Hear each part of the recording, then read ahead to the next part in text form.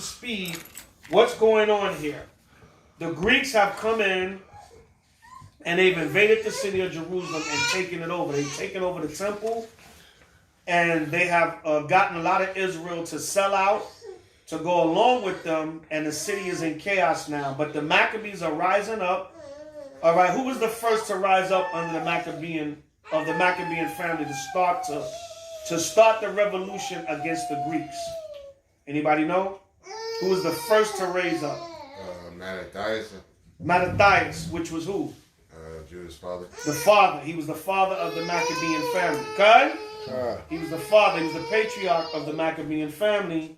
And he was the one that rose up. When you read 1 Maccabees, the 2nd chapter, the ending of the 1st chapter into the 2nd chapter, he rose up and started the revolution and the uprising against the Greek Inquisition. Okay? So you're going to read all that history when you read the first 3 chapters. So now, Judas has risen up, and he's fighting the battles for the children of Israel. Because after Matthias died, he appointed Judas to rule. He appointed Judas to keep the revolution going. He said Judas has been a man of war since his youth. So now Judas is kicking the Greeks behind.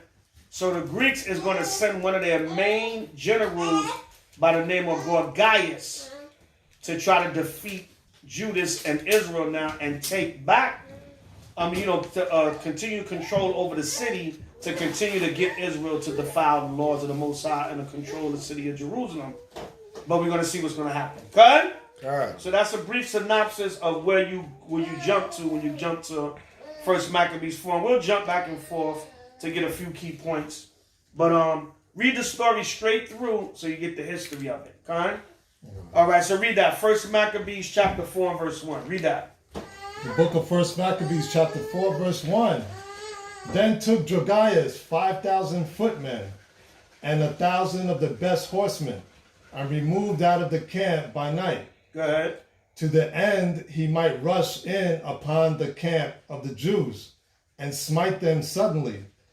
And the men of the fortress were his gods. Right, because Esau likes to sneak attack.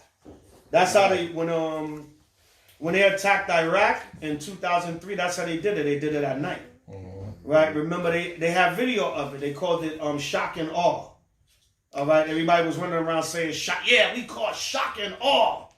They said Saddam had weapons of mass destruction. They held up a vial of some yellow fluid, Colin Powell, and said, this proves that Saddam has weapons of mass destruction. We don't know what the hell was in that vial, man. They held up a vial and said Saddam has weapons of mass destruction, and they attacked Iraq back in the spring of 2003, and they called it shock. We're gonna call shock and awe on whatever they called them, right? The regime of Saddam Hussein. All right, the dictator. We're going to call shock and awe to the dictator Saddam Hussein. All right, go ahead. Verse 3. Now when Judas heard thereof, he himself removed, and the valiant men with him, that he might smite the king's army, which was at Emmaus. It was at Emmaus. Would anybody know what the word valiant means? Brave. Brave. Yeah. Okay, brave, courageous. Hold that, go to Psalm 60 and 8. All right, Psalm 60 and 8, because we're going to find out how was Judas a valiant man. He was a valiant man through who? Through the power of Yahweh and Yahushua. The Most High gave him power to be a valiant man. Okay? All right, so this is how he was able to fight the Greeks. And how are we able to go out there and teach this gospel? Because the Most High give us the bravery. We're the modern day valiant men. We're not physically going to war, but we're spiritually going to war. That's why it's a hard thing. That's why there's so much hatred towards camps, because what we do is not easy, man. Right. What we do is not easy, but a lot of these brothers, that's another part of the confusion in Israel now. I just sit back and hear all kinds of madness. You camps out there just condemning people. You just going out there condemning people. You camps. You yell at them. You just yell at them and condemn them. Who are you to condemn anybody when you sin yourself? Yeah, the scriptures say, and I'll be the first one to agree with you on that. The scriptures say if we say we have no sin, we deceive ourselves. So we all have sinned and fall short of the glory of the Most High. But that don't mean because I stopped eating pork, I can't tell somebody else not to eat pork. I just got to make sure everything I'm telling that person, I'm not guilty of myself.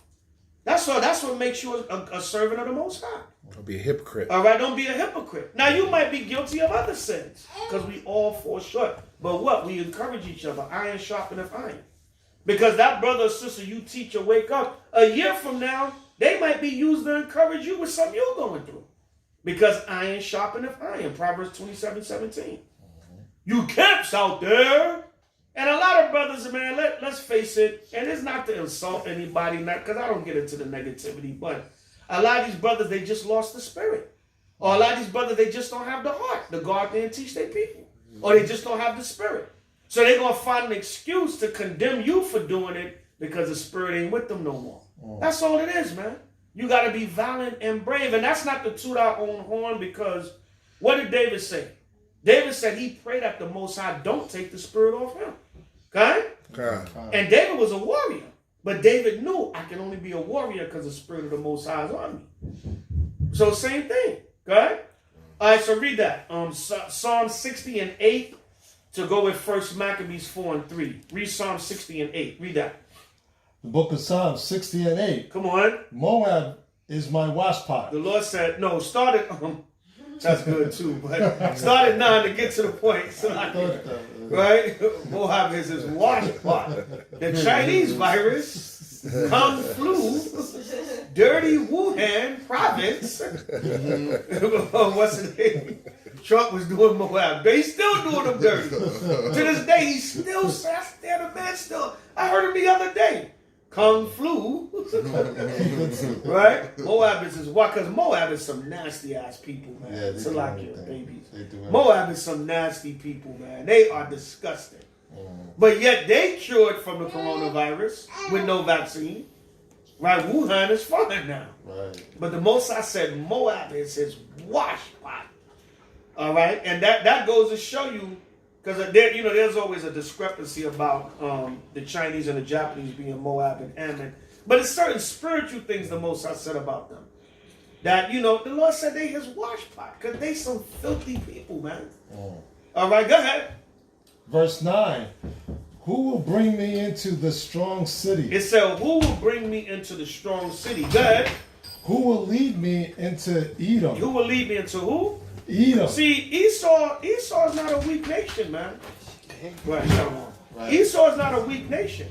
The white man's not a weak nation. He's always been a strong nation. Because what is his blessing? The sword. Yeah. Even David, and we know David was a mighty warrior. But David said, who would lead me into the strong city? Go ahead. Will not lead me into Edom. Who will lead me into... Okay. Verse 9. Who will bring me into the strong city? Who will bring me into the strong city? Go ahead. Who will lead me into Edom? He said, who will lead me into Edom? All right, the strong city. Because what? Esau's blessing was a sword. All right, come on. Wilt not thou, O power? See that? Wilt not thou, O power? So David is saying the same thing. Who going to give me the power to defeat Edom? Who was Judas fighting against? Edom. All right, go ahead. Which has cast us off? Which had cast us off, meaning he took his power away from us. Go ahead. And thou, O power, which does not go out with our armies. See, if the Most High don't go out with your armies, you finish. Right. So that's why in 1 Maccabees 4 and 3, Judas was able to be called the valiant man because the Most High was with him. Same thing David's saying in Psalms. Go ahead. Verse 11. Give us help from trouble, for vain is the help of man. It said, give us help from trouble, because vain is the help of man. Negroes think Biden going to help them. Right. And they still not sure who the next president going to be. They playing around. Trump got 100 lawsuits in the court. And they mocked Trump on the news today.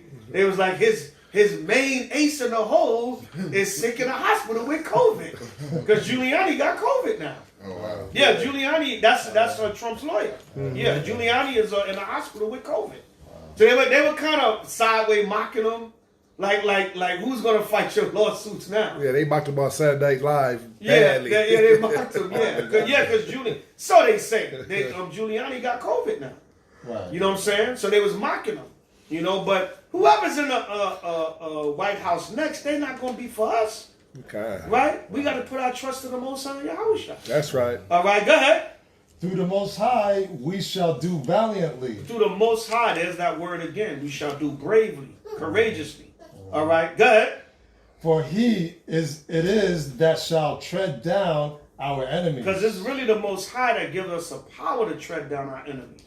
When they first brought the curfew back, we was on Hollywood teaching. They came through, everybody cleared out. We still out there. The police came, they looked at us, looked kind of confounded. Oh, them guys teaching the Bible, leave them alone. You know what I'm saying? Because the Most High give us the bravery. He give us the courage. You know, to go out there. All the years we've been out there, you know, some of y'all seen the videos from Times Square, Venice Beach, other towns on Hollywood, people all in our face, ready to fight us, kill us. Yeah. And we still going toe-to-toe with them. Beat that little Negro. These little ass, these little racists. What the hell with you? Give me the scripture, you know what I'm saying? Battling back and forth. You know what I'm saying? New York, 2, 3, 4, 5 o'clock in the morning. Right? Still rebuking the demons. Only the Most High could do that. Sometimes I used to go home like, yeah, how the hell I did that? People was ready to kill us out there. You know what I'm saying? Big 6'7" dudes. You know, you were a racist. I'll get you. What the hell with you? Give me the scripture. You know what I'm saying? Only the Most High could do that. He can only give you that spirit. That's right. All right? Good. Through the Most High, we shall do valiantly. Right? Through the Most High, we shall do bravely. I mean, as a man, it was many times, man, I was like, man, how these people gonna kill us, man. But something in me was like, get the scripture out. You know what I'm saying? One time a Jake told us in a village in New York, he told us straight up, yo, read one more scripture out of that Bible and watch what happened. Wow. I dare y'all, read one more scripture out of the Bible. I dare you, read one more scripture. You better not read that Bible again. Watch what's gonna happen. You know what I'm saying? I was a teacher, Terai was teaching. Terai said, what? Man, the hell with you. Give me out. And he read the scripture and Jake started beefing. We squared off with him, but nothing happened. They fell back. Because you know how Jake is sometimes. Sometimes Jake tests you. He want to see if you're scared or not. You know, so a lot of cats do that. A lot of cats, they play off your fear. He's like, read that. I tell y'all, read that Bible one more time. I dare y'all to read that Bible one more time. So I was like, man, the hell with you. Give me the scripture. Yeah, but we went toe-to-toe with them cats. We squared off. We got up in the other face like, what? And they fell back. They was like, man, y'all just teaching hate, man. You just teaching hate. Man, read the scriptures.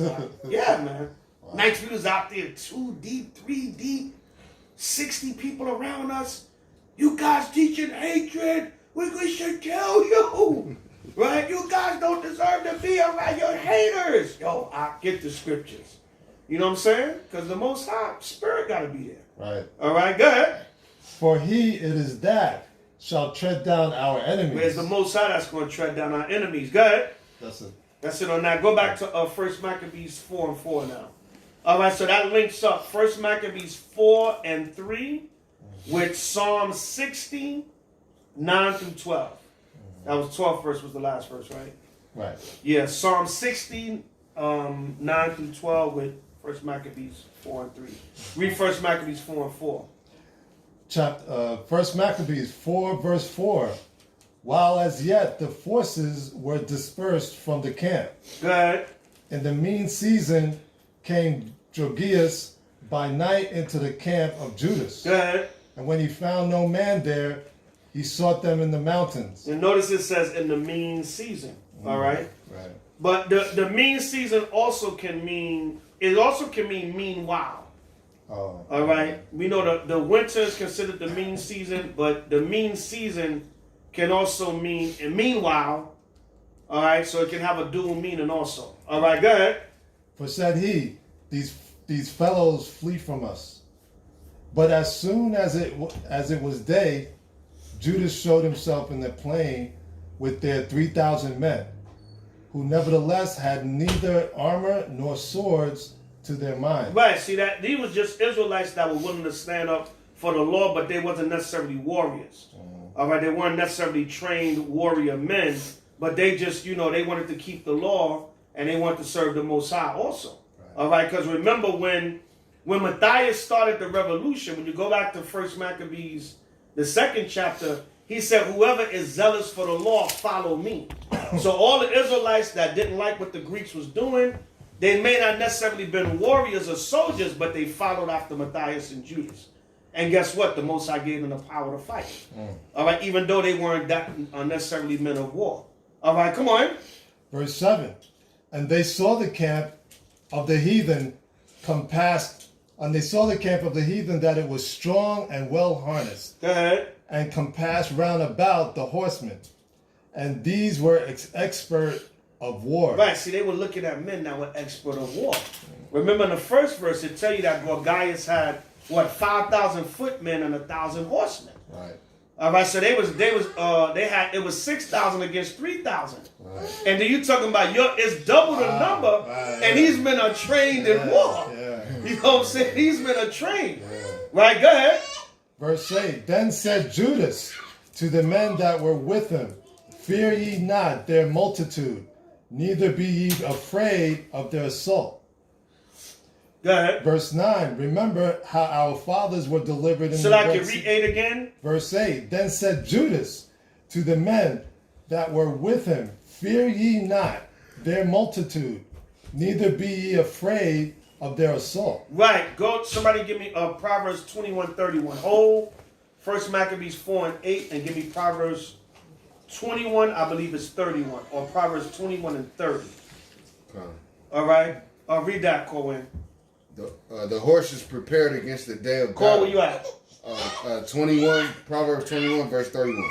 Go ahead. The horse is prepared against the day of battle. Right, so Solomon said what? The horse is prepared against the day of battle. What were they looking at? They are horsemen that was expert in war. Right. So it said the horse is prepared against the day of battle. Go ahead. But safety is of the Lord. But safety is still of the Most High. So that's why Judas said that. Judas said their army could look all fierce and hard. You ever saw that, like in the street? Yeah. You see a dude, man, you gonna fight him? That dude gonna knock you out, man. And the other dude drop him. Like, because the Most High was with him, you know what I'm saying? A lot of times that happened to bully dudes. Yep, a lot of times. A lot of times that happened to bully dudes. Dudes always throwing their weight around. Yep. And you got that in Israel. To the Most High make an example out of some of these dudes. Throwing your weight around, thinking you tough, thinking you gonna bully everybody. Everybody in Israel is a square. Everybody in Israel is scared. Right. Until the Most High make an example out of it. Yeah. And it's the cat you least expect, or the cat you think you got shook. You think you got him shut down there. That's the cat the Most High used to lay you the hell out. Yep. You know what I'm saying? So a lot of times it don't like that's why David said, Salakia, when David was going to fight Goliath, remember they said, listen, don't judge by the appearance. Because it said David was but a youth, and David didn't look like a warrior. And Goliath it called Goliath a champion of the Philistines. He was a big, mighty warrior. So he said, listen, right? Don't judge by the looks, but judge righteous judgment. And David slapped him in his head with a rock and chopped his head off. Yep. Good? All right, so the safety is always of the Most High. It might look like one of my old trainers, senseis years ago, he used to say that. He'd be like, don't look at the belt, look at the man. Right? Because you might get, damn, he's a black belt. I'm a purple belt, or he's a green belt. I'm just a white belt. Like, nah, study the man, study the person you fighting. Don't look at their belt, because you automatically gonna be like, he got a higher rank than me. He gonna beat me. You know what I'm saying? Look at the man. Study his weaknesses.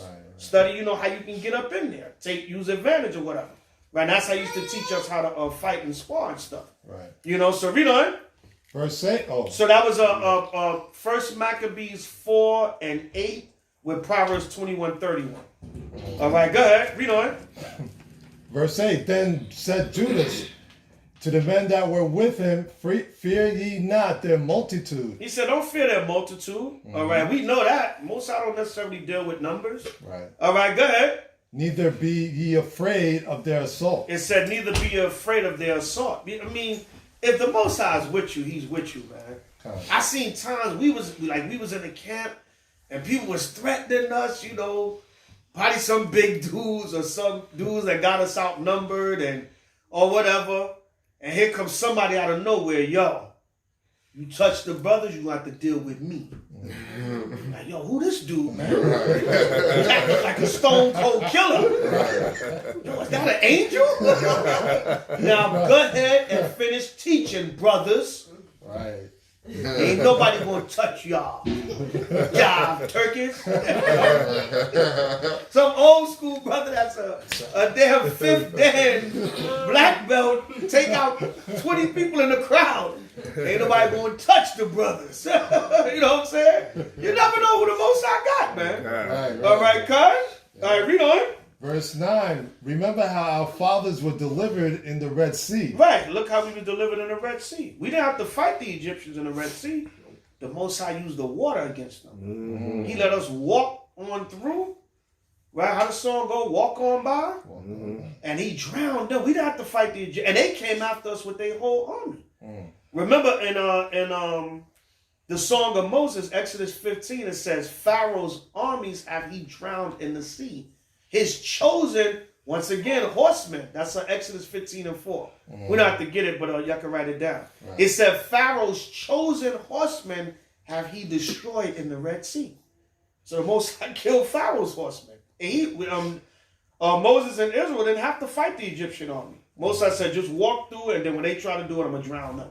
Mm. All right, so he said, remember in the time past when the favor wasn't with us, but the Most High still delivered us.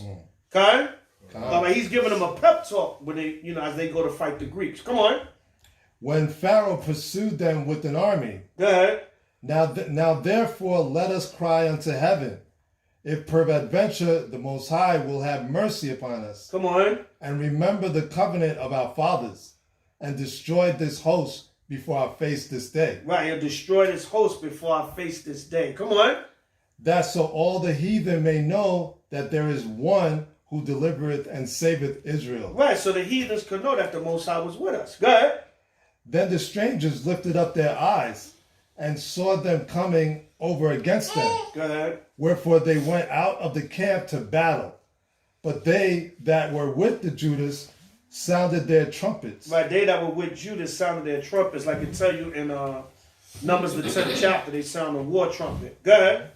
So like your first Maccabees 4:13 can go with Numbers 10, 1 through 9. All right, they sound the war trumpets. All right, go ahead. Verse 14. So they joined battle, and the heathen, being discomfited, fled in their plain. Right, so the Most High put the spirit on them to discomfort the heathen, or to fight them and defeat their armies. Go ahead. Verse 15. Howbeit all the hindmost of them were slain with the sword, for they pursued them unto Gazara. Go ahead. And unto the plains of Idumea. Go ahead. And Azotus. Come on. And Jamnia. Go ahead. So that there were slain of them upon 3,000 men. This done, Judas returned again with his host from pursuing them. What's Idumea? Isn't that Esau City?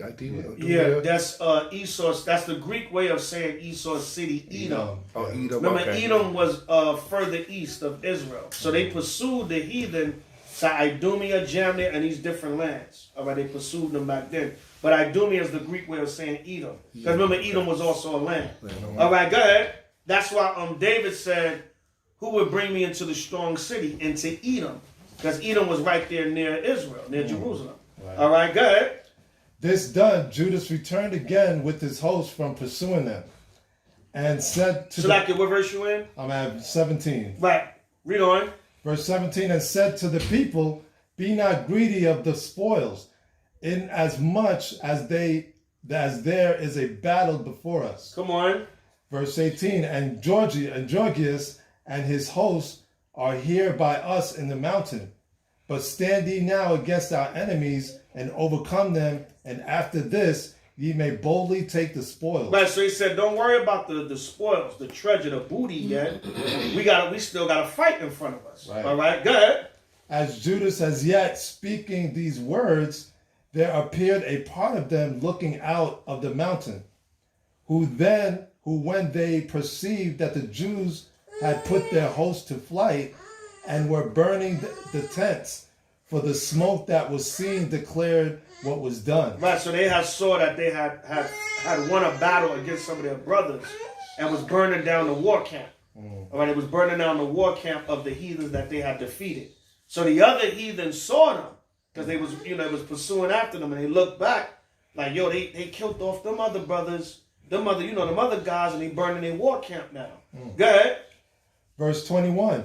When therefore they perceived these things, they were sore afraid, and seeing also the host of Judas in the plain ready to flight. See that? The Most High, he put fear in them now, because they said, damn, like, we had the upper hand on them, but they defeating us. So they gotta have some extra power with them. So now that fear comes on them. Come on. They fled every one into the land of strangers. Then Judas returned to spoil the tents, where they got much gold and silver and blue silk and purple of the sea. Come on. And great riches. Go ahead. After this, they went home and sung a song of thanksgiving and praised the Lord in heaven, because it is good, because his mercy endured forever. That song, everybody write down 1 Maccabees 4:24 with Psalms 136. That song of thanksgiving that they sung was Psalms 136. Oh, give grace unto the Lord, for he is good, for his mercy endureth forever. Okay? 1 Maccabees 4:24 with Psalms 136. 136. Yeah, that's the song or the psalm of thanksgiving that they sung, because his mercy endureth forever. Psalms 136. All right, verse 25. 1 Maccabees 4:25. 1 Maccabees 4:25. Thus Yasharallah had a great deliverance that day. Now all the strangers that had escaped came and told Lysias what had happened. Verse 27.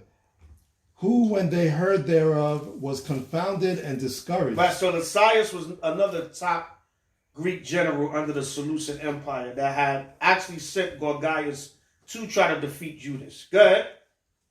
Because neither such things as he would were done unto Israel. Right, they said, yeah, take out Judas, man. This guy is a thorn in our side. If we take him out, we can take back, we can have the city in peace and still control the temple and everything. All right, go ahead. Nor such things as the king commanded him were come to pass. What verse you in? 28. Go ahead, read on. The next year, therefore, following Lysias, gathered together 70,000 choice men of foot. So what's 70,000 men? Anybody know? That's 666. Huh? 3,000. Oh, 6,000. That's 6,000. No. 3,000. What's the score? 20. 20. So what's 3 times 20? 60. Plus 1,000. 60,000. Oh, These are 60,000 60,000 men. 60,000. 60,000 men. All right. All right, go ahead. Right. So these are, now he said, what? I said 6,000 men. Now I'm going to do that by 10 times more. See this devil, man? He said, I'm going to send 10 times more to men now. Because when you read the first verse, they sent 6,000 men. He said, now I'm going to send 60,000. Plus, yes, and he's going to add to that. Go ahead. And 5,000 horsemen, that he might subdue them. So he said, I'm going to send this time 10 times more men plus 5,000 horsemen. So he said, I'm gonna send 10 times more to men and add 5 times more to horsemen. All right, go ahead. That he might subdue them. So they came into Idumea and pitched their tents at Bethsura, and Judas met them with 10,000 men. See that? Judas only had 10,000 men. So now it's 65,000 against 10,000. That's like See that? 300. That movie 300. Right. We're gonna make a movie called 10,000. Right, with the Maccabees. All right, come on. 60,000. 65,000. 65,000. 65,000. And then horseman that's a whole nother warrior because he's on a horse. All right, so he can fight on a horse and all. He can use the horse. That's a whole nother type of warrior right there. Yeah. All right, he can move swifter. He can move faster. All right, it's harder for the enemies to hit him with a javelin or to chop, because he's on the sword. So he can come through chopping people heads off. Yeah. What's that movie? What was that movie with Johnny Depp? Johnny Depp is in it. And they're up in it takes place in Sleepy Hollow. That movie Sleepy Hollow? Yeah. All right, Johnny Depp was in that, right? Yeah, he was in Sleepy that Hollow. one, yeah. In that movie, that they showed them training. They're cutting they're practicing on the watermelons. All right? I don't know, I might have the wrong movie, but they're riding on the sword and they're chopping the watermelons in half on each side. They're practicing war. Because if you on a horse and you ride through a contingency of men, you can just you can just chop their heads off as you go and they can't get to you. Yeah. Because you on a horse and you moving fast. Right. And was it Sleepy Hollow? I think it was Sleepy Hollow. Or one of the movies they were practicing going to war on a horse. And they had watermelons up on stake, and they were chopping the watermelons in half as they go along. Right. Symbolizing like if you go to war, you chopping a man's head off on top of the horse. Exactly. And they finish, what they gonna do? Can't do nothing. Can't do nothing, you know what I'm saying? Yeah. That's what happened in the movie 300. He cut the soldier's son's head off. Right. Then he went to blood rage. His son Right, got his son, killed. yeah, He went yeah. to bloodlust. God, remember when they Yeah. when the Persians, because the Persians fought on elephants also. Yeah. And when they came to Leonidas with the elephants, they had to kill an ant. Remember in 300, they was throwing the javelins at the animals. Yeah. They was like, kill them damn animals, man. Because if they march up on us on top of those animals, we finish. We ain't got no. So they was killing off the animals too. You know what I'm saying? Yeah. So read on. Wow. Verse 30. And when he saw that mighty army, he prayed and said, Blessed art thou, O Savior of Israel, who didst thou quell the violence of the mighty man by the hand of the servant David. Right, see that? Because he's going back once again to David. How David, remember David had his 37 mighty men. And how David won many wars. Right? Remember the Most High told David he couldn't build a temple because his hands was too bloody. All right, David, he killed too many people in his lifetime. The Most High said, no, I don't want you to build a temple because your hands are too bloody. You killed too many men. All right, go ahead. And gave us the host of strangers into the hands of Jonathan, the son of Saul. Right, Jonathan was another warrior. Remember Jonathan was close with David. Right. All right, go ahead. And his armor bearer. Go ahead. Shut up this army in the hand of thy people Israel, and let them be confounded in their power and horsemen. Right, so Judas said, all I'm going to do, I'm going to go back to the forefathers. I'm going to go back to the stories where the Most High defended our forefathers. Right, come on. Make them to be of no courage, and cause the boldness of their strength to fall away, and let them quake at their destruction. Go ahead. Cast them down with the sword of them that love thee, and let all those that know thy name praise thee with thanksgiving. Right, so if we want to celebrate Thanksgiving, let's celebrate the Feast of Dedication. Right. All right, true Thanksgiving. Right, come on. Verse 34. So they joined battle, and they were slain of the host of Lysias, about 5,000 men. Even before them were they slain. Go ahead. Now when Lysias saw his army put to flight, and the manliness of Judas soldiers. Right, you know when you start winning a fight, you get more cocky. Like, yeah, y'all cats don't want it. What? You know what I'm saying? Right? You saw the manliness of Judas. You don't want this work. Cats don't want no smoke. All right, go ahead. And when the Most High is with you, right, you can do that. Right. You can boast in righteousness because the Spirit is with you. Right, go ahead. And how they were ready either to live or die. They were either ready to live or die. And that's a dangerous man. When somebody's, notice it says live or die valiantly. Meaning if they was going to live, they was going to fight courageously. If they was going to die, they was going to fight courageously. They was going to fight to the death. Or they was going to fight to the life. Right? It's either I'm going to die, either I'm going to die or you going to die. Right. Like Jake said in the street, I'm going to leave a body or I'm going to be a body. Right. Right? But, you know, somebody going to walk away, somebody not. All right, go ahead. He went into Antiochia and gathered together a company of strangers. Right, because remember, they Esau, you know, like it tell you in Psalms, they call their lands after their own names. So they had a land called Antiochia after Antiochus Epiphanes. Because Antiochus Epiphanes was the main. I know we skipped to chapter 4, but we're gonna cover a lot of that history throughout the days. But Antiochus Epiphanes was one of the main generals that came out of the Seleucid dynasty after Alexander died and parted his kingdom unto his 4 main generals. All right, and Antiochus came and he invaded Jerusalem and caused this great persecution upon Israel. So they had names named after them, Antiochia. All right, go ahead. He went into just like America, right. Amerigo Vespucci. All right, go ahead. He went into Antiochia and gathered together a company of strangers, and having made his army greater than it was, he purposed to come again into Judea. Say now he's going to get a greater. He's going to add more men, because he see they slew those 5,000 men with no problem. All right, he said they slew them with no problem. So I'm going to add more men now. All right, go ahead. Verse 36. Then said Judas and his brethren, Behold, our enemies are discomfited. Let us go up to cleanse and dedicate the sanctuary. So now y'all remember verse 36. Keep verse 36 in mind, because we're going to link that up with the history later on, because Feast of Dedication is prophesied in Daniel's 8. All right, so a lot of times there's a discrepancy in an argument. Hanukkah is not one of the feasts in Leviticus, the 23rd chapter, but the Most High, he can add whatever the hell he want to add.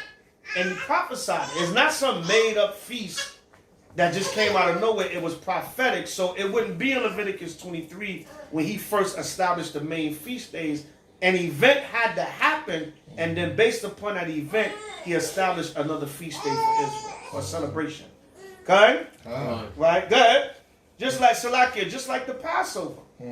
The Passover was instituted at a certain time. We came out of Egypt. And what did the Most High do? He killed the Egyptians, drowned them in the Red Sea, had the death angel pass over our houses, and made a feast day out of it. Okay?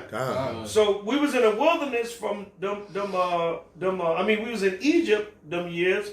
We didn't have no Passover. It was established at a certain time. Yes, that's put in Leviticus 23, but guess what? It still had to be established at a certain time. All right, go ahead. Upon this, all the hosts assembled themselves together and went up into Mount Sion. And when they saw the sanctuary desolate and the altar profaned... Right, because what happened, when you're reading the first 3 chapters, the Greeks came in under Antiochus Epiphanes and they defiled the temple. And they took over the temple. And in 2 Maccabees, it goes more in detail. It said they were sacrificing Jupiter. All right, they were having sex in the temple with harlots. They was putting swine flesh and cats and dogs on the altar, which are unclean animals. They're animals the Most High created, but they're not clean for dietary law or to be sacrificed to the Most High. So they was putting swine's flesh and unclean animals on the altar. So that's why they had to cleanse the sanctuary. Because when the heathen came in, they defiled it. So that's what the feast day is all about. The Feast of Dedication, taking back the house of the Lord and dedicating it back to the Most High from these wicked Edomites, man. And having pigs and dogs and cats and harlots and... No, in Easter, they probably had rats in there. Read 2 Maccabees, the 6th chapter, tell you how they was doing the temple dirty. You know? And when you check it out, the Most High always took the temple seriously. Remember in St. John, the 2nd chapter, what did Yahushua do? He went in the temple and whooped Israelites. Yeah, he sure did. Right, tell you that. Read St. John, the 2nd chapter. We don't have to get it. Right. But the Most High, see how we fought and was willing to kill for the temple. Yahushua went in and said, don't make my father's house a damn citadel. Story. He said he made a scourge of cords. Yeah. Right? Cass was in there hustling, man. Yeah. Right? Yeah, man. He was in there having crap games and everything. You know what I'm saying? Yeah, man. Casting lots. Yo, who need these 2 turtle doves, man? Who need these 2 turtle doves? I know you're gonna break the Sabbath this week. Yo, here go these 2 turtle doves. What's up? Yo, $50, I'll give you these 2 turtle doves. Yeah, man. Yahushua went in the temple and whooped the hell out of them. Right. So there was times, that our forefathers stood up in righteousness and fought. Nehemiah was snatching dudes up by their beards. Right. Yeah. But there's a balance to that, because then Israel will use that to get carnal with each other. You know what I'm saying? No, there's a balance, man. There's a balance, and the Most High going to tell us those times when that may be necessary. But that ain't you just still a nigga in the street and hate your brother anyway and still want to live out your thug fantasy in Israel. So now you want to use your Yahushua. Yeah, your Yahushua whoop dudes out in the temple because you don't like a brother or got a dispute with a brother, and now you want to try to get out of him. Because you still carnal and worldly and want to be a gangster, a wankster, still in the truth, man. Brothers got to cut that spirit out, man. Yeah, you trying to use your wannabe bully street cred to come in Israel, knowing most of the brothers done turned their lives around and repented and really don't want to go there with you unless they have to. Right. So you're going to try to throw your weight around in Israel because brothers going to be like, look, I ain't going to really deal with this cat unless I got to, I'm in Yahushua now, I'm not that old man. Right. Like, I was watching an episode of Judge Mathis, just for an analogy, and Jake was a Christian, and the other Jake that was suing him, he had sent these messages because they owed the Jake money for a cable bill. So Jake was sending them all these messages on social media, calling a man's wife all out of her name, all kinds of B's and this and that. And Jake said, I'm from the south side of Chicago. You lucky. If I wasn't in Christ, it'll be a problem for you. You know how the Christians say they in Christ? You know what I'm saying? Like we say we in Yahushua now. Yeah, you know what I'm saying? A lot of this folly that goes on in Israel, man, it would have been a bloodbath if brothers wasn't in the spirit, man. Right. If brothers wasn't repentant in Yahushua, it would have been a bloodbath already, man. For what? Over stupidity. Because, in your carnal mind, you would have reacted differently. You wouldn't have thought about the consequences like you do now. Like, man, I'm not. His brothers, first of all, he's internet gangstering. He's talking reckless all on social media.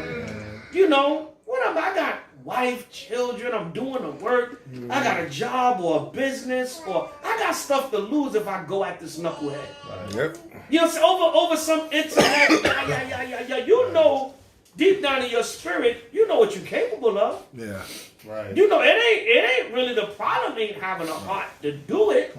But it's like, yo, we in Cali. I'm gonna be in Folsom Prison, and after a year or two, I'll be thinking, what the hell did I do? This dumb knucklehead got me into a carnal zone to put in some work, and now I done destroyed my life behind this nonsense. You know what I'm saying? So it's like, if my safety or my life or my physical being is not in danger, and then Satan put thoughts in your mind, dude talking real reckless. Damn. And then brothers, man. Trying to egg you on. You know what I'm saying? He can talk to me like that, you know what I'm saying? You couldn't say that to you, you know what I'm saying? You couldn't say that about me. I'll take on the whole city. I don't care. That was me. That was me. You need me to come out there? Come on, man. You know what I'm saying? Yeah, they love to say that, especially like say, man, you can't go to the pit, especially the way he talked to you. In the pit, they roll you up out of the jail. Yeah. Trying to hype you up, man. Hype you up, man. Yeah. Nah, I know we scriptures are not. He couldn't talk to me like that. But listen, man, you think about it, it's like, yo, it ain't really worth it, man. Right. Because you human. The thought come through your mind. Yo, this dude just said what? Yeah. I don't even know this cat. Right. Or I never did nothing to this brother. And you supposed to be a man of the Lord. And you talking about a brother like that and saying what you gonna do and just reckless out your mouth like that. Right. And you the more you possess the fruits of the Spirit, yes, the less you're going to look like a gangster. You ain't going to look like, you're going to look like the average brother. We all say out here L7. L7, yeah. He's L7, an average yeah. brother doing what you got to do for the... You're not going to look like a gangster. But that don't mean you're not capable of certain things. Yeah. Every man is capable. You don't know what a brother might have came from. So even now, I look at today, what's going on in the nation, brothers is really tempting the spirit, man. To the point where it done got physical already. Because brothers don't know how to shut their damn mouths, man. Yeah. The scriptures tell you, he that keepeth his mouth keepeth his life. Ah. And then you want to go up in brothers' faces thinking you can do that, and it don't turn out sweet, man. That tongue. Yeah, man, if you disagree on doctrine, just leave it alone. Just teach what you're going to teach. I'm going to concentrate more on what I believe is the truth on trying to tear down what I believe you teaching is a lie. You waste most of your time trying to disprove me. Ah. Just prove you go teach your doctrine. Right. To the point where you're going to roll up on me and call me names in my face. What you think you're going to get? Right. Every man is, some men will be like, yeah, whatever, don't come in my face with that. But you ain't going to just come up in every brother's face calling him names like that. Right. It ain't going to happen. Because then what happens? The Most High have you made an example of. Yeah, God. Because at the end of the day, the Most High he's still the one that allows stuff to go down. Mm-hmm. Right. So he have you made an example of.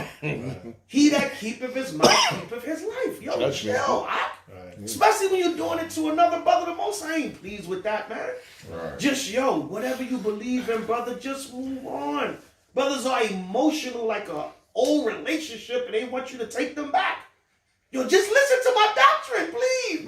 Why can't we just talk about it? Because I don't want to talk about it. It's a doctrine. Leave me alone. Then brothers get mad and want to get physical with you or want to call you out of your name or insult you because they so hurt. Right. They scorn. They're like a woman scorn. Right. A sister that's strong in the spirit will behave herself better than that. Right. God. Right. Okay? Teach. So, just looking at what's going on. Just bridle the tongue, man. Yeah, that's all. Because I know, man, I use myself as an example. The stuff that's been said to me about, bro, you have no idea.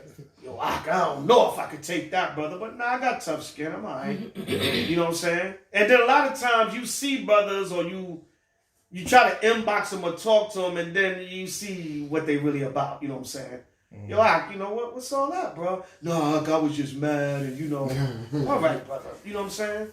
But I don't desire none of that. That carnal man is basically out of me. Unless we got to really put in some work to defend ourselves, our family, the gospel, the brotherhood. But he ain't gonna let that petty stuff get to me. But Israel, that mouth is something else, man. Bridle that tongue. Bridle that tongue. Bridle that tongue. You know what I'm saying? I remember one time a brother, I hate to go there, but brother said something very, very reckless about me, my family, and everything. And then another brother came by the camp, and he tried to say that to the brother, and the brother laid him out. Dropped him, knocked him out. Out cold. I said, see, not watching him, no Most High made you an example. Right. The brother came by the camp. The brother actually came by the camp to greet the brothers, and he started scorning the brother. Brother, you off. You ain't doing the work no more.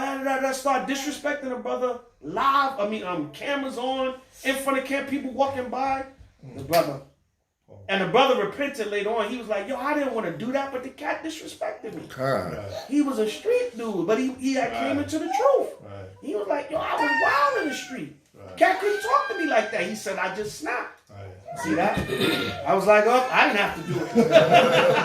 Judgment for the Most High. You know what I'm saying? Yeah. But I hope the brother learned his lesson from that. Knocked the brother straight out. Wow. And the brother felt bad about it later on. He was like, man, I don't want to fight my brothers, but brother, just that and that camera and wanting to impress other men and you seen how I rebuked that cat. We went in on that cat.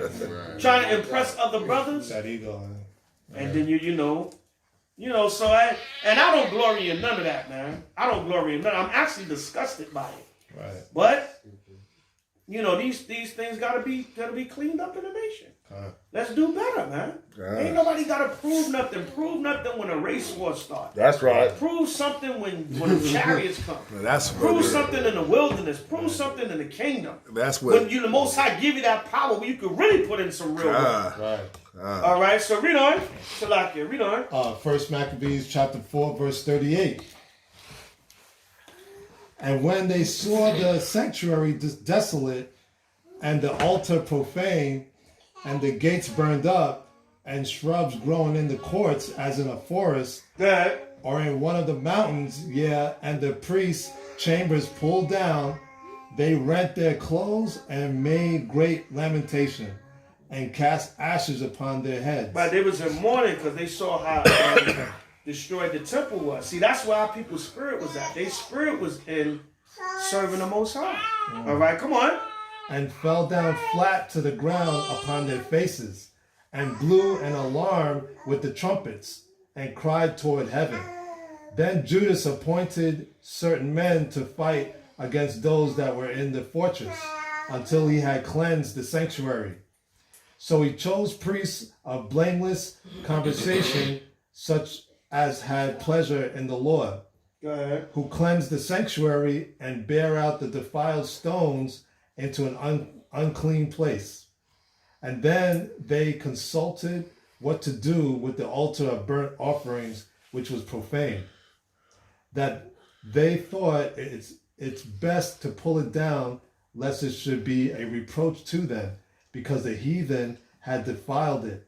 Wherefore they pulled it down. Go ahead. And laid up the stones in the mountain of the temple in a covenant place, until there should come a prophet to show what should be done with them. Right, because remember, even in the law, the altar had to be made, when it was built, it had to be made out of whole stones.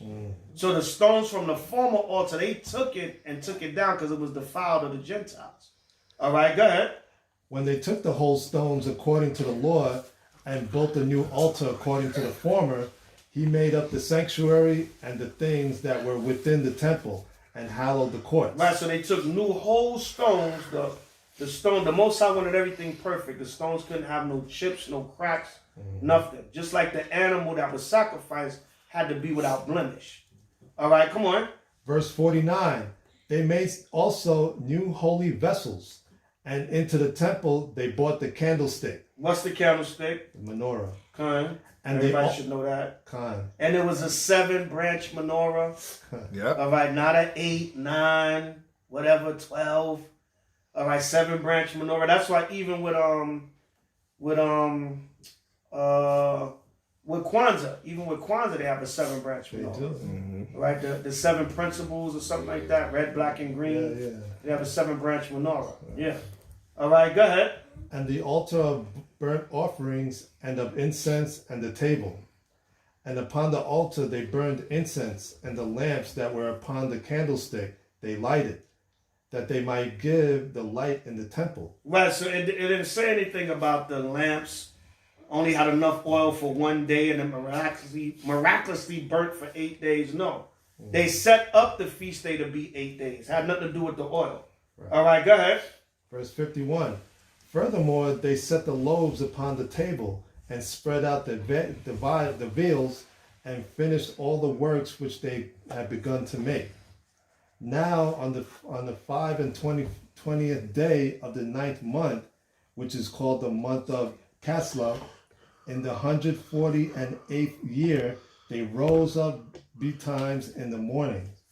Go ahead. And offered sacrifice. So that's what, Salaki, that's what today would be. Today would be the 25th day of the 9th month. Right. All right. According to the Hebrew calendar, we had the new moon on Saturday, November 14th. So tonight, December 8th at even, brought in the 25th day of the 9th month. All right, go ahead. Verse 53, and offered sacrifice according to the law upon the new altar of burnt offerings which they made. Verse 54, look at what time and what day the heathen had profaned it. Even in that was it dedicated with songs and citherns and harps and cymbals. Anybody know why it says, look at what time the heathen had profaned it? Anybody know why it says that? Look at what time the heathen had profaned it. Okay, everybody write this down. First Maccabees chapter 1, verse 54 to 64. That'll give you an answer. And when we come back for Saturday service or the closing or whatever, I'll ask that question again. That'll answer your question. That's the link up though. First Maccabees 1:54 to 64 with First Maccabees 4:54. There's a reason why it says, look at what time and what day the heathen have profaned it, even in that it was dedicated with songs and citherns and harps and cymbals. All right?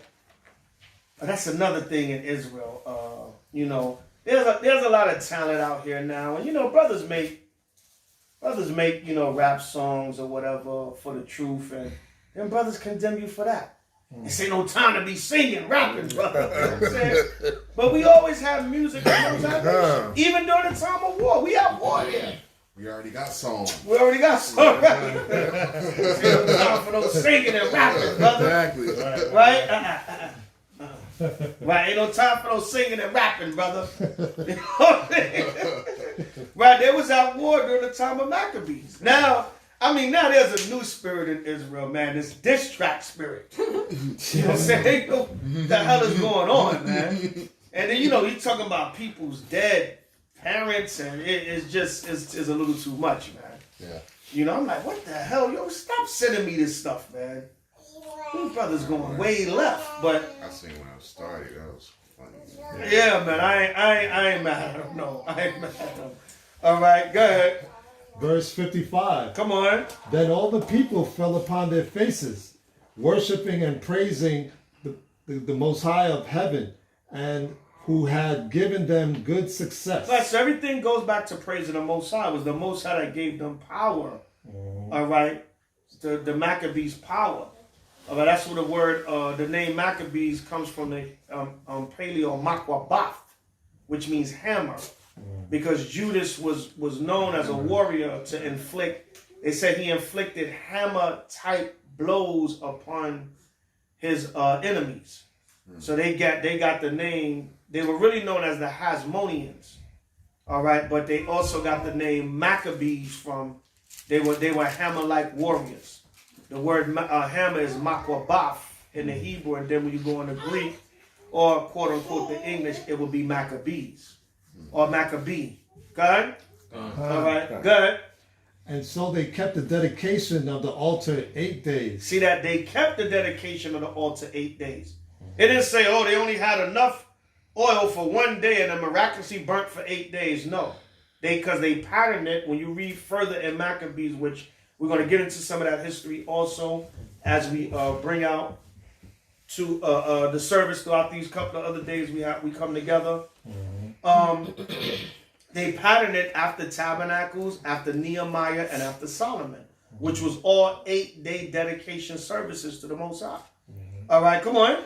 And offered burnt offerings with gladness, and sacrificed the sacrifice of deliverance and praise. Right, so they gave thanks to the Most High throughout the 8 days. So the next 8 days, up until next Wednesday sundown, December 16th, we can celebrate. All right, be in the spirit of our feast day to combat this what they call it, the silly season. All right, because these people are turned up. They've been so depressed. Like, they was talking about that on the news, like how the people been so depressed all year. And they were saying how they hoping this Christmas season will bring the spirit back. And it's been such a rough year, but it's not, because throughout your Christmas season, they're trying to vaccinate you. They ain't even wait till the New Year. They said the vaccine will be here on the 15th. They ain't even let Christmas come in. They could have been like, all right, we're going to wait till Joe comes in, January, maybe mid to late January. They said, nah, you ain't going to get your gift from damn Amazon.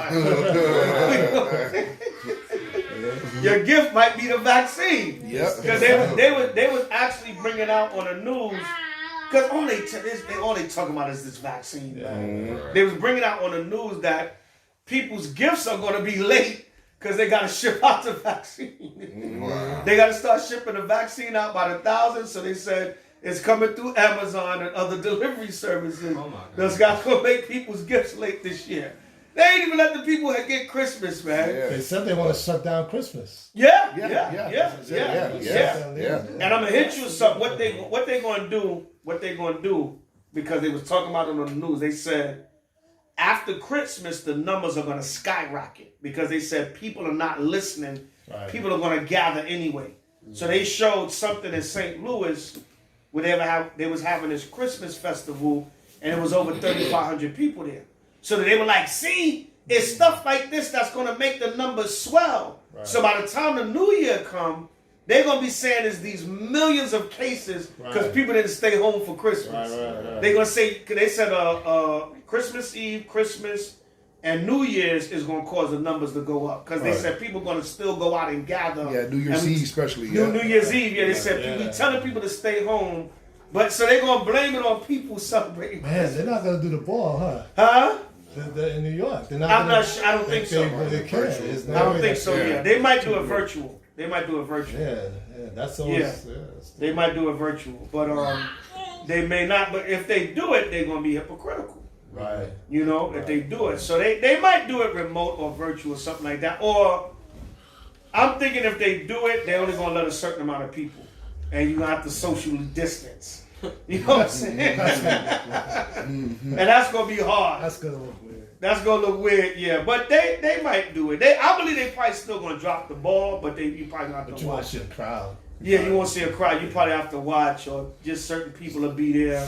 Yeah. You know, performing before empty crowd.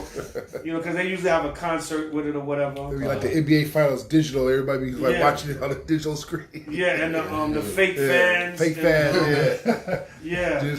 I don't know about that, man. That's awkward. But they are certain places. They saying, "The hell with y'all, we doing us." Like in Missouri. Yeah. I was talking to some brothers and sisters in Missouri. It was like Missouri never really shut down. They was like, whatever. You know, they just went on. So certain states never really shut down. And now they trying to say those states are going up. Like Montana, you know, Esau out in Montana. Esau was like, get the hell out of here with your coat. Now they saying the cases are skyrocketing in Montana. That's a way to get back at them for not following suit. You know what I'm saying? Right. Yeah, man. Yeah. So, you know, it's going to be interesting. These next couple of months going to be interesting. Right. All right, but all we got to do is hold fast, keep the faith, keep doing what we got to do. All right, Cuz? Read on. Verse 57. They decked also the forefront of the temple with crowns of gold. Right, so you can decorate. Don't feel bad. You're not trying to be like Christmas. You're putting your spirit in the spirit of Hanukkah. All right? Some over-righteous Israel. Oh, you're trying to be like Christmas, man. What are you doing, huh? You're going off, right? Go ahead. With crowns of gold and with shields. You know you got to give our people, you know, you're going to tell Israel to repent and coming back to the Most High, and we ain't got nothing. We can celebrate. You know, come on. We don't have a drive power like that. Right. Come on. And the gates and the chambers they renewed. Go ahead. And hanged doors upon them. Thus was there very great gladness among the people. For that the reproach of the heathen was put away. Right, the reproach of the heathen was put away. So there was gladness amongst the people there. The Gentiles got kicked out of the temple, and we got the temple back, and we was able to dedicate the altar for 8 days back to the Most High. And we made a celebration out of it, hence the Hanukkah or Hanukkah, Feast of Dedication. Go ahead. Moreover, Judas and his brethren with the whole congregation of Israel ordained that the days of the dedication of the altar should be kept in their season from year to year by the space of 8 days, from the 25th day of the month of Casla, with mirth and gladness. Right, the Casla, which is the 9th month. Come on. At that time also they builded up the Mount Sion with high walls and strong towers round about, lest the Gentiles should come and tread it down as they had done before. Right, so they built up the city because what? That's one of the first things you got to do during warfare. If you take a city, you got to build garrisons and you know, impediments and different things around it to keep the city. All right, you got to build a wall. You got to build a watchtower. All right, to watch to make sure no invading armies are coming. That's how you're going to protect that city. Right. All right, go ahead. Verse 61. And they set there a garrison to keep it, and fortified Bethsora to preserve it. that the people might have a defense against Idumea. Right, see Edom. that? They might have a defense against Idumea, which is Edom. They was calling the Greeks, all right, and the Edomite generals and leaders, they was calling them Idumea there, which is the Greek name for Edom. Another way to prove Esau is the so-called white man. Right. All right, so go to Daniel's 8, yeah. We're going to breeze through Daniel's 8. Just read verses 8 to 14. We're going to get right to it and then get St. John with H.O.I goes out for the sake of time. And we'll get more in depth with the other lessons throughout the week. Daniel 8 and start at 8. You can really start at 1. I can read the whole chapter on your own, but get right to the point. Daniel's 8 and 8. The book of Daniel, chapter 8, verse 8. Go ahead. Therefore, the he-goat waxed very great. So the he-goat represents who? Alexander the Greek. Huh. All right. Read verse 21 real quick. Verse 21. And the rough goat is the king of Grecia, and the great horn that is between his eyes is the first king. Right. Who is the first king of the Greeks? Alexander. Alexander. All right. Go to 1 Maccabees 1 and 1. Link it right up. Right. The history is there. You want to say the Bible is a book of made-up stories. So Alexander never existed. Right. Antiochus Epiphanes never existed. The Maccabees never existed. Right. All right. Read that. 1 Maccabees 1 and 1. First Maccabees, chapter 1, verse 1. And it happened after that, Alexander, son of Philip, the Macedonian, who came out of the land of Chittim, and smitten Darius, king of the Persians and Medes, that he reigned in his stead, the first over Greece. There you go, the first over Greece. Alexander reigned in the stead of his father, Philip, the first over Greece. There you go. Right. That's what it's talking about in Daniel's 8. So it was prophesied. But read on. Go back to Daniel's 8. Daniel's 8, 21. Yeah. And the rough goat is the king of Grecia, and the great horn that is between his eyes is the first king. Right, that's Alexander. All right. Alexander. Proven in 1 Maccabees 1 and 1. Read on. And Daniel's 8 and 8 again. Okay, come.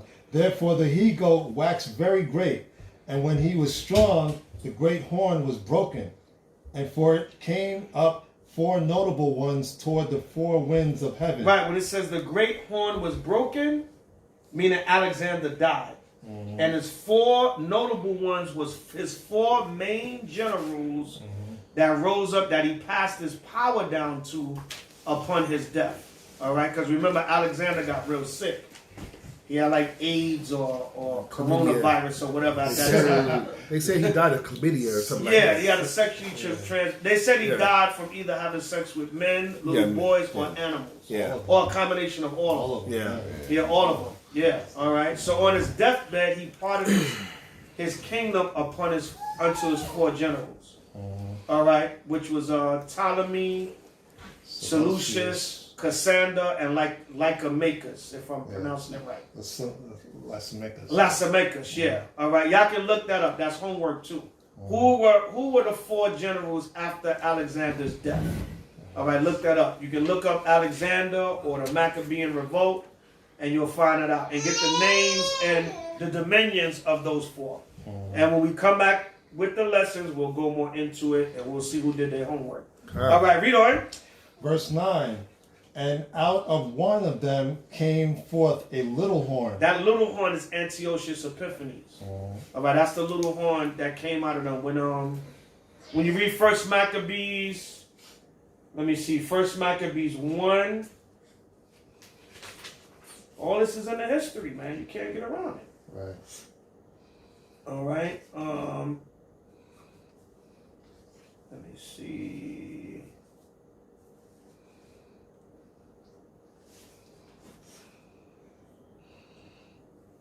Go to 1 Maccabees 1 and 10. Check this out. This is the little horn. The little horn is Antiochus Epiphanes. Right. All right, 1 Maccabees 1 and 10. The book of 1 Maccabees, chapter 1, verse 10. And there came out of them a wicked root. That's the little horn. All right, go ahead.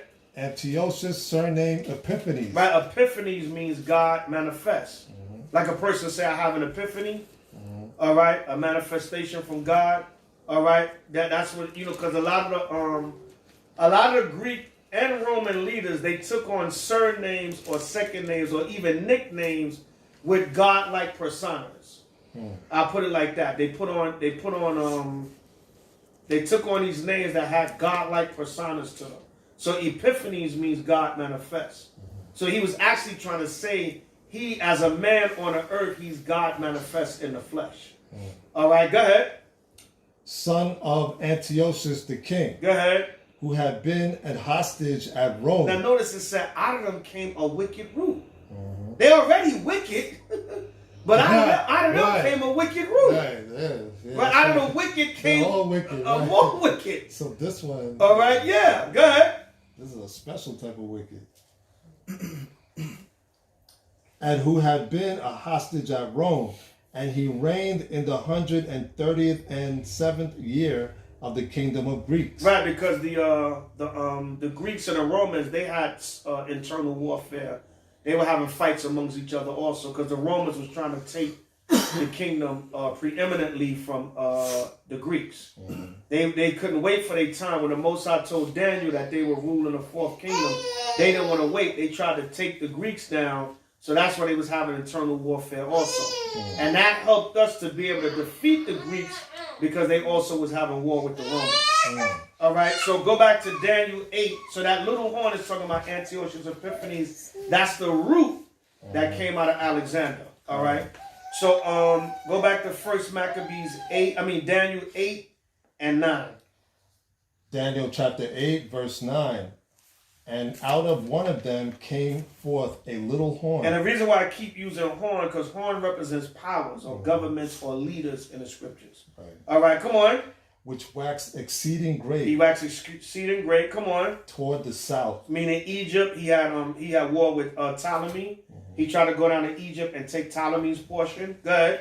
And toward the east. Come on. And toward the pleasant land. The pleasant land is Israel. So Antiochus wasn't satisfied with just having a Seleucid dynasty and Syria as his capital. He wanted to conquer more lands, to where he went against his fellow Greek, Ptolemy, to try to conquer Egypt. And then he couldn't defeat Ptolemy, so he came and took his anger out on Israel.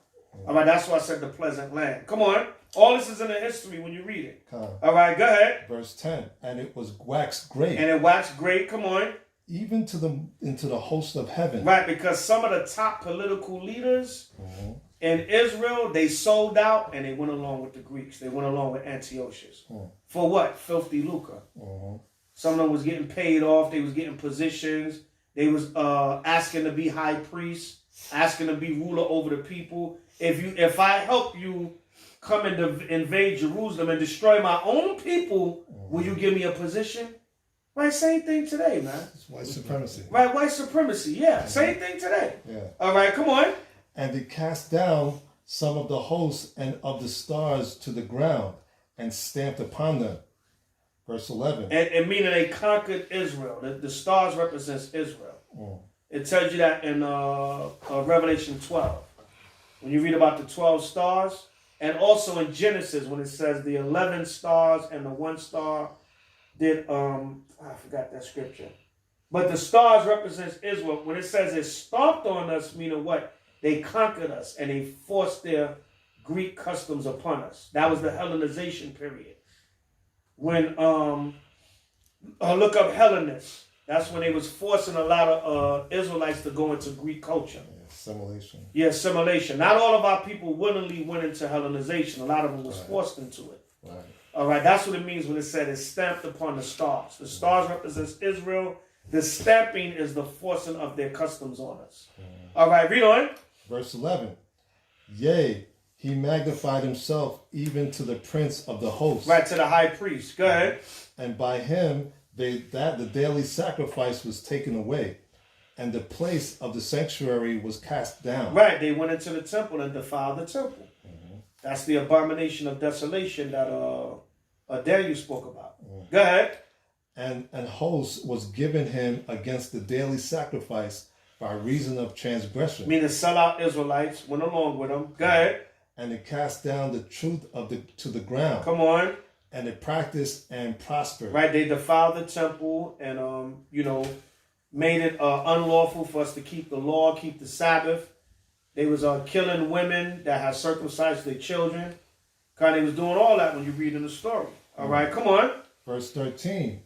Then I heard one saint speaking, and another saint said unto the certain saint which spake, How long shall the visions concerning the daily sacrifice and the transgression of desolation to give both the sanctuary and the host to be trodden underfoot? And he said unto me, Unto 2,300 days, then shall the sanctuary be cleansed. See that? For a certain dispensation of time, from the time that Antiochus first came into Jerusalem, it was about an estimate of about 6 years and 4 months. All right, until the time that Judas and the Maccabees cleansed the temple and took it back. So Daniel's 8:14. Go back to 1 Maccabees 4:36.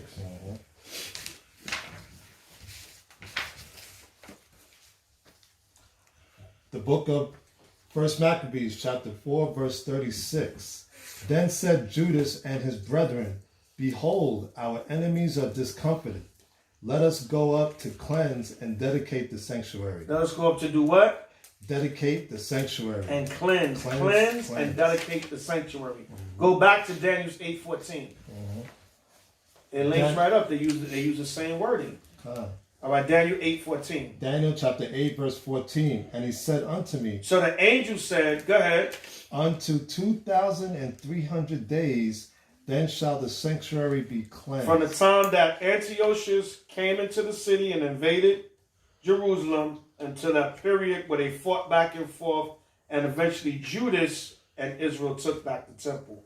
That's the time frame that Daniel is speaking about right here. It would be that time, and they would take back the temple. It would be a certain dispensation of time. They would take back the temple. All right? They would take back the temple, and Israel would rededicate the altar to the Most High. So it was all prophesied. It was all prophesied. So the Feast of Dedication is prophesied in the book of Daniel, and it's fulfilled in the story of the Maccabees. All right? Somebody want to come on live? Oh, it's a lot. Anyway, it's all right. We're about to close out anyway. So everybody understand? All right, so go back over this story, man. All right? So you brothers can be, teaching about the Hanukkah and breaking it down. And, holding service down with me or for me next year. All right? Okay? All right, go to St. John 10:22 now. Not hard, man. Look up the history, link the scriptures up. It's there. Even if the Bible is made up stories. What are you talking about? all this history existed. Right. All of it. You can look all this up in history. They make movies about it. Right. Alexander. Right? Right. So what are you talking about? This history is there. The Bible's not made up stories. 10:22. Right. Show me what part of Egypt you from. Right. Which pharaoh did your family live under? All right? St. John 22. The book of St. John, chapter 10, verse 22. Good. And it was at Jerusalem, the Feast of Dedication. That's why now Yahweh comes on the scene. And what's happening? They keep the Feast of Dedication because it was added to the yearly feast calendar of Israel. So now, years later, Yahweh comes on the scene, and what? The Feast of Dedication is being kept. From the Babylonian, Medo-Persian time around Daniel, up until Yahweh's time. All right? So several hundred years later, you come along, and Yahweh, they're keeping the Feast of Dedication. They're keeping the Hanukkah, or Hanukkah. Bring it out. So we're not in the sin for keeping these feast days. No, we're not in sin. Yeah, brothers we're in the sin. You following the Jews' religion, and you in sin. You actually in sin when you keeping the law. Right. And I've still yet to see that breakdown. Yeah. I've yet to see that breakdown. You may even have a little argument, a slight argument, if you want to say we're not under the Mosaic law, we're under the laws of Christ. whatever the case may be, because the scriptures is tricky on that, right? When Christ does speak about, I have a new commandment, such and such, but even that, when you go to 1 John and all that, is the same old commandment, all right? But when Yahweh came, he was given a more in-depth understanding of what was there already. The mercy was already there. But that's a whole other lesson, you know what I'm saying? But when you check it out, how could you say when you do the law, if you keep the feast days, you're actually in sin? All right, that makes no. So what was Yahweh doing at the Last Supper? Right. And then he said, as often as you do this in remembrance of me. Yeah. That wasn't talking about communion. That was talking about the Passover. When you ate the bread and drank the wine. Because that's when he did it.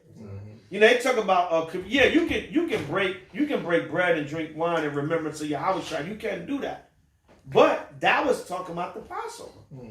That's why Paul said, when you if any is hungry, stay at home. You don't come to the Passover to eat and drink. He said when you do that, you disrespect the Lord. That's why Paul had to come back and say that in 1 Corinthians 11. All right, with all thy getting, get understanding. I've yet to understand any breakdown saying you're in sin for keeping feast days. So what was Yahweh doing? What was Paul doing way after Yahweh's death? In the book of Acts, keeping the feast days. The feasts are all in the book of Acts. Right. That's after Yahweh died. So Paul and the apostles was in sin? Come on, man, it don't make sense. It don't make sense. Right? If it don't make dollars, it don't make sense. Right? So I'm good. I don't hate my brothers. You want to believe in that? Fine. I don't hate nobody, whatever. I just don't agree.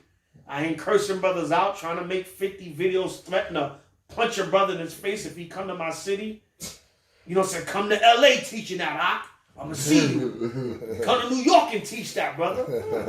Brother, we respectfully disagree. I don't hate nobody. Regardless of what you think of me and the camps and what we believe in, it's just we respectfully disagree.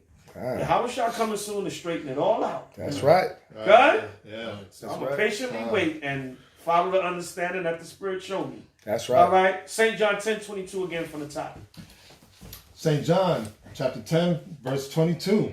And it was at Jerusalem, the feast of dedication, and it was winter. Go ahead.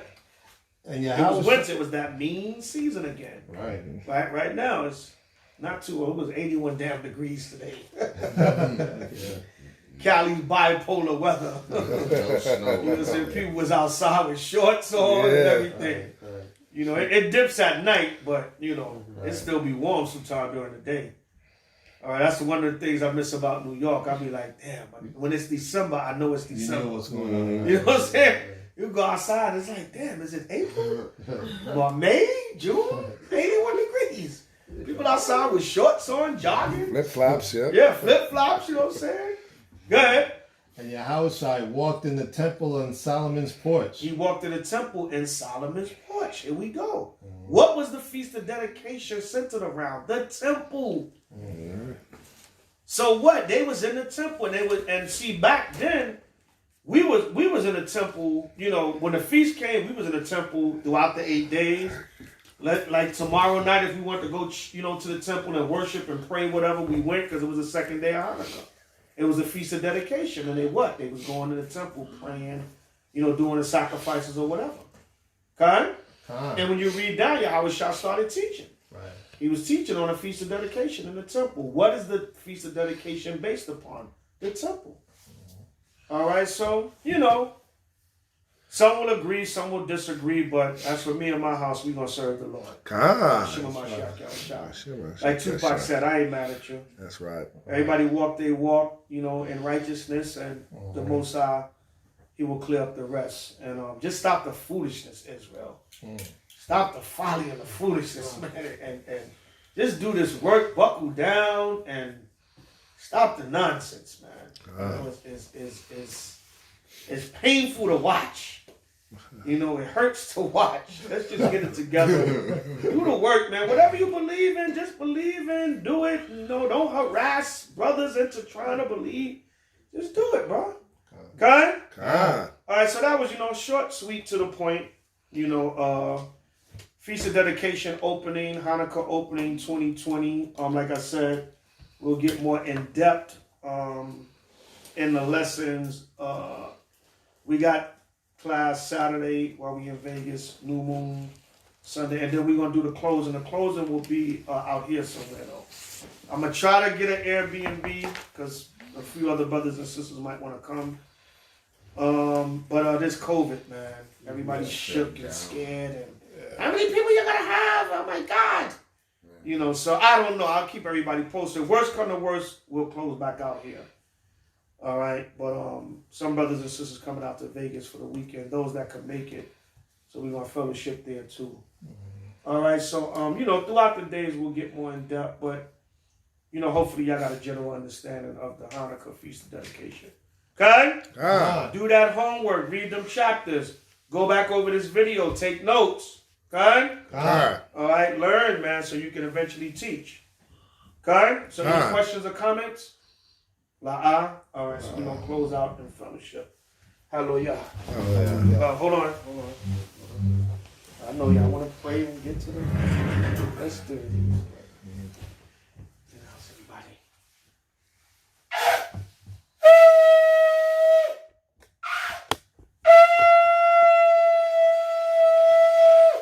Imagine we're playing out Jerusalem, stand and face Jerusalem on the east for closing prayer for Hanukkah.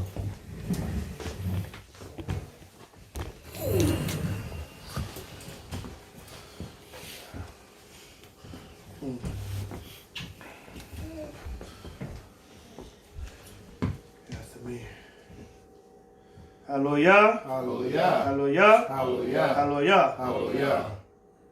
Four corners prayer again. Yahweh. Yahweh. Hashem. Hashem. Hamashiach. Hamashiach. Yahweh Shai. Yahweh Shai. Rak Noah. Rak Noah. Washala. Washala. Wahabiyah Supply. Shema. Shema. Yasharallah. Yahweh. Yahweh. Allah Hayanawa. Yahweh. Yahweh.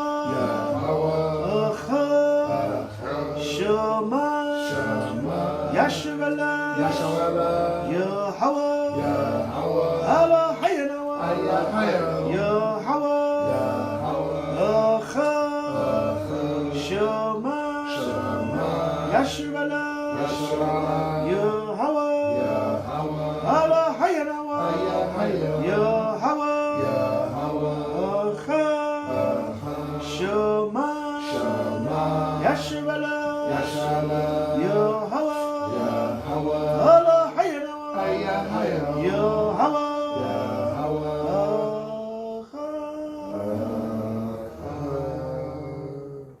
Hear, O Israel, Yahweh, our power, Yahweh is one. Hallelujah. Hallelujah. Hallelujah. Hallelujah. Hallelujah. Hallelujah. Drink offering to the Most High.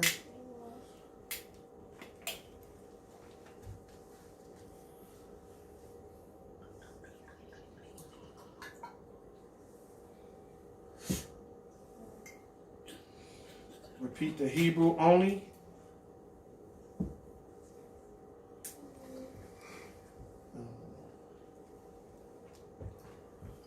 Blessed are you, Yahweh, that gives us the fruit of the vine. Barakata Yahweh. Bahawa'ah. Batananawa. Bapaya. Hagapa. Bahashem. Hamashiach.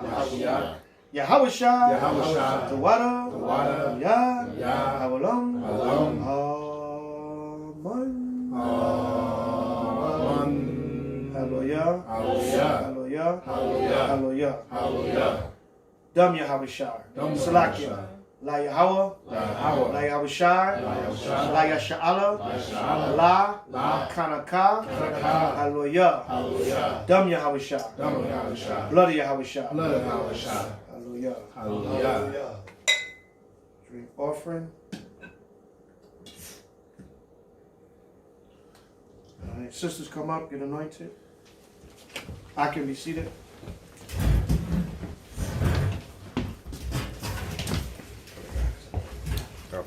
Just go ahead.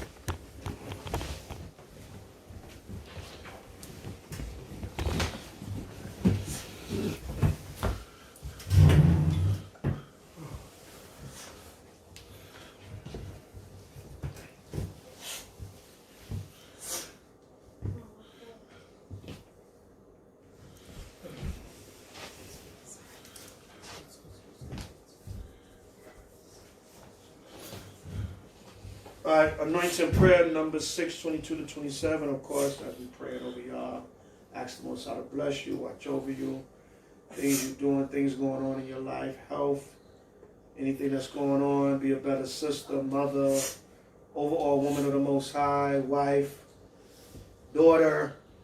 All right, as we praying over you, ask the Most High to bless you and bestow these things upon you. All right, I say the prayer. Y'all go right from left. Y'all know the routine. Say your name 3 times and I repeat. Hallelujah. Anointing prayer number 6:22-27. Yabareki Yahweh, wa Yashamaka, Ya'al Yahweh, Pun Yahweh, Al Yaka, wa Yakanka, Yasha'al Yahweh, Pun Yahweh, Al Yaka, wa Yashamnaka, Shalom, Yahweh, Ba'Hashem, HaMashiach, Yahushai, Babakusha, Shemai, Nawa, Aita, Shalak, Ma'ika'ala, wa Alahayim, La Shema'ayo, Barak, Rapah, Izar, Magan, Kazak, Hatazayel, Kwawa, Daniel, Zerah,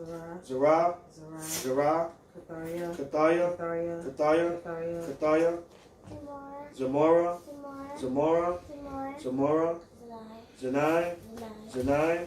Zanai, Zakara, Ko, Akim, Ko, Akwafim, Ko, Bunyam, Yasha'ala, Ba'Hashem, HaMashiach, Yahushai, Tawada, Tanyad, Awalam. Amen. Hallelujah. Hallelujah. Hallelujah. Hallelujah. Akim, y'all just come up.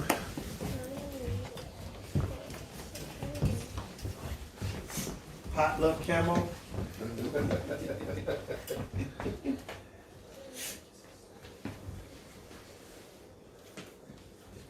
Fix his reach fund. It's upside down. Oh yeah. Oh, yeah. You see the line? Yeah, the point's supposed to be going up.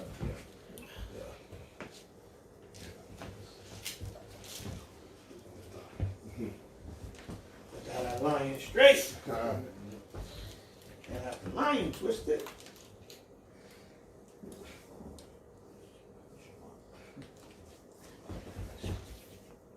Right. Left hand for the right hand.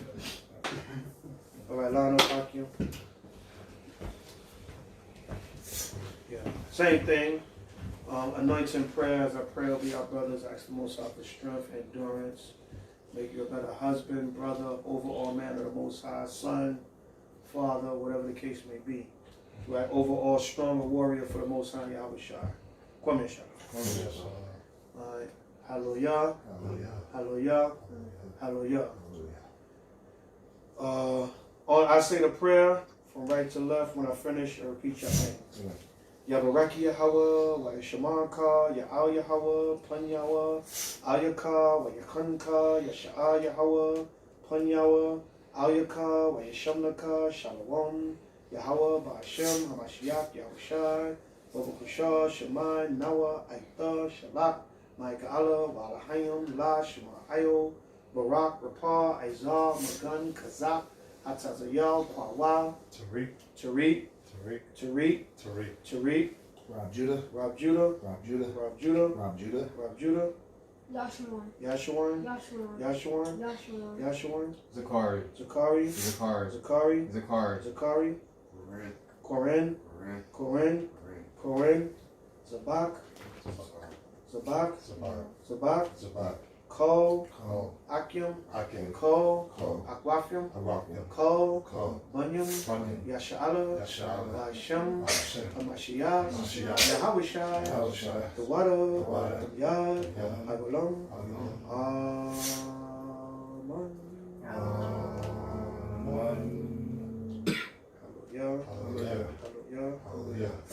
Hallelujah.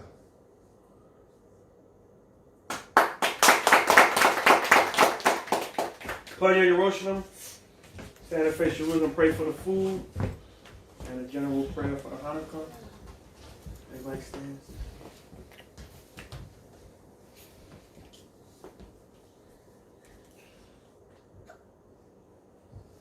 Hallelujah. Hallelujah.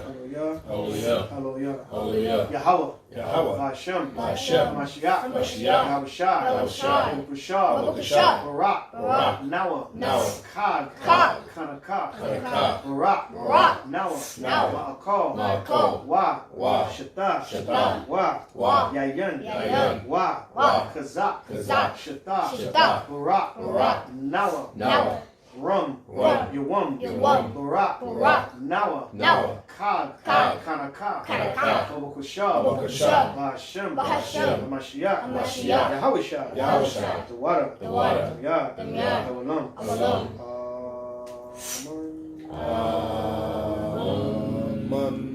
Hallelujah. Hallelujah. Hallelujah. Hallelujah. Hallelujah. Hallelujah. Blessed O Most High Yahweh, Ba'ashem Mashiach Yahushai. Thank you for the food that we're about to receive. Most High, the food and the drink. Thank you for our Hanukkah feast. Thank you for our Hanukkah service. Hope everyone was edified in the spirit. And if anyone learned anything tonight, we've done our job, Most High. Continue to bless, uplift, watch over Israel forever and ever, Most High. Ba'ashem Mashiach Yahushai. The water, the God, I was on. Amen. Hallelujah. Hallelujah. Hallelujah. Hallelujah. Hallelujah. Asha. Asha. Kanakah. Kanakah. Kwamesha.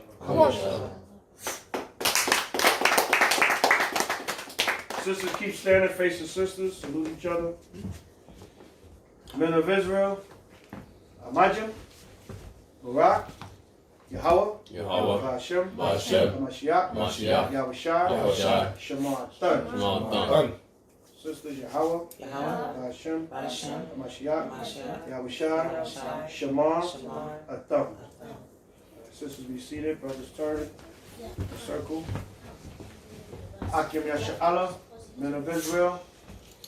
Amajim. Barak. Yahweh Hashem Yahushai Barakatham. Kwam Yasha'Allah.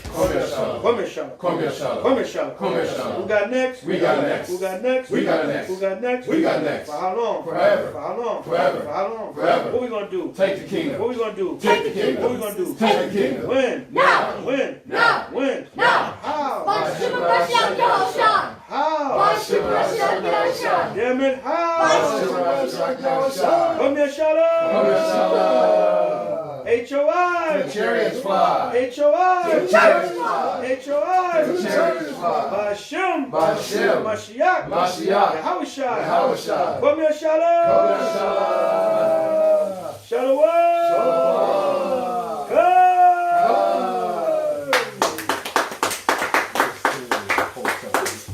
Everybody, Ashar. Kanakah. Happy Hanukkah 2020. Happy Feast of Dedication 2020, Yasha'Allah. Hope y'all enjoyed the service. All praises to Yahweh and Yahushai. Yes. If you learned one thing tonight, we've done our job. All praises to Yahweh and Yahushai forever and ever. Amen. And the work going to keep going. Hope Yasha'Allah. Want to close up the YouTube? Huh? I just did. Okay. All right. That one out. Yeah.